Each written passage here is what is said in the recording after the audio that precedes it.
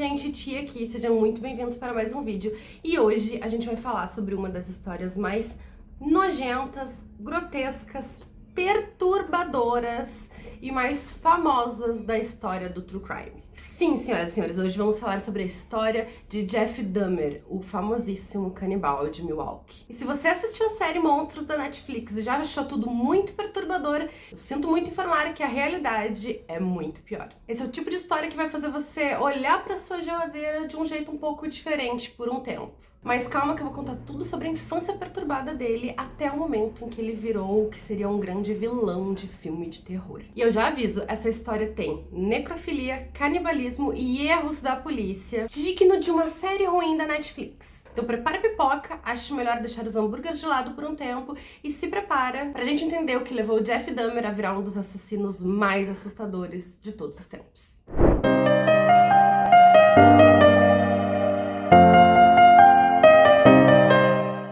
Jeffrey Leonard Dahmer nasceu em 1960 em Milwaukee, nos Estados Unidos. E desde pequeno já dava pra ver que tinha alguma coisa meio esquisita com ele. Enquanto as crianças colecionavam carrinhos e selos, ele colecionava ossos de animais mortos. O pai dele era químico e, pasmem, ele achava que o filho só tinha um interesse científico, sabe? Então ele super incentivou o Dahmer a dissecar carcaças. É quase uma versão do Dexter meio natureba, assim, sabe? A infância do Jeff Dahmer foi marcada por muitas brigas dos pais dele, solidão, então assim, um combo bem grande de todas aquelas coisas que faz a mente da pessoa ficar realmente perturbada. Na adolescência, ele bebia durante as aulas, então ele levava na mochila e ele dizia que a bebida era o suco da coragem, normalmente ele bebia vodka.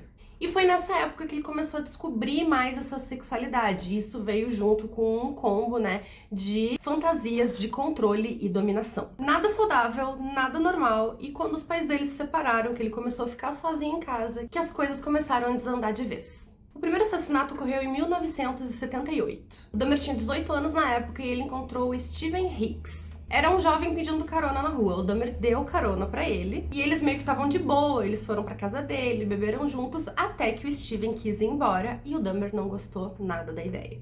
Então ele pegou uma barra de ferro, golpeou o Steven, estrangulou ele e depois de tudo isso, ele se masturbou olhando pro corpo. Em seguida ele desmembrou o corpo e dissolveu várias partes em ácido. Foi o primeiro dos 17 assassinatos dele. Depois desse crime, ele até tentou seguir uma vida normal, ir pra faculdade, entrar no exército, mas ele bebia muito e o álcool realmente fazia as pessoas verem que ele era meio esquisito, meio diferente. Então o álcool e o comportamento estranho dele acabavam expulsando ele de tudo que ele tentava fazer. E ele acabou indo morar com a avó dele, sim, gente, a avózinha dele, uma avó de verdade. E ele usava a casa dela pra continuar matando.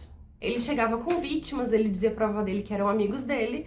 A avó dele até reclamava um pouco do cheiro, ele dizia que era carne estragada, o que não era de tudo mentira, né, porque era carne estragada, só que era carne humana. De 1987 em diante, o Dahmer perdeu totalmente o controle. Ele drogava as vítimas, estrangulava e depois praticava necrofilia com os corpos. Aqui ele já morava sozinho, ele não morava mais com a avó, então no apartamento dele, apartamento 213, ele guardava corpos e órgãos, e guardava inclusive na geladeira e no freezer, e alguns ele cozinhava e consumia. O mais bizarro é que a gente pensa o que ele queria com tudo isso. Na verdade, Jeff Dahmer, ele queria criar o zumbi perfeito. Ele literalmente furava os crânios das vítimas e jogava e aplicava ácido, acho que com uma seringa, para tentar deixar eles vivos, mas totalmente submissos a ele.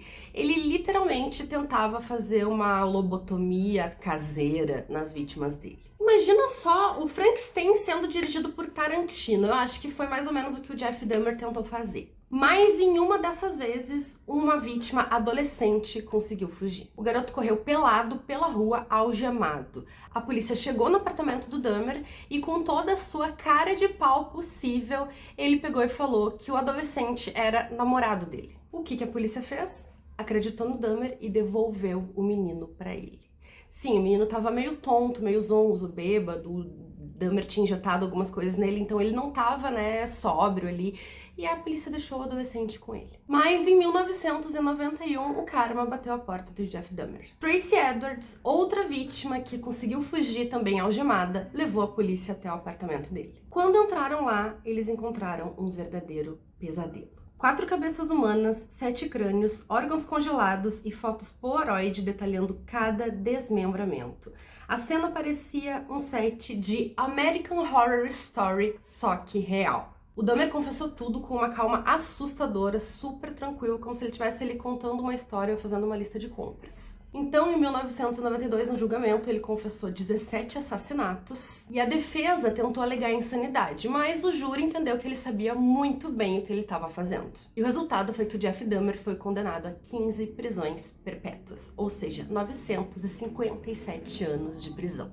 Enquanto preso, ele nunca demonstrou arrependimento e, muito pelo contrário, ele fazia piada com os guardas, falava sobre carne humana. Até que em 1994 ele foi morto dentro da cadeia por outro detento, Christopher Scarver, enquanto eles limpavam o banheiro da prisão com vários golpes feitos por uma barra de ferro. O Scarver afirmou numa entrevista à New York Post que ele sentia nojo do Dahmer e das coisas que ele fez, especialmente pelo canibalismo, entre outros motivos que fizeram ele acabar com a vida do Dahmer. Ironicamente, o cara que gostava de controlar a morte foi morto de uma forma super banal e que ele não pôde controlar, espancado na prisão.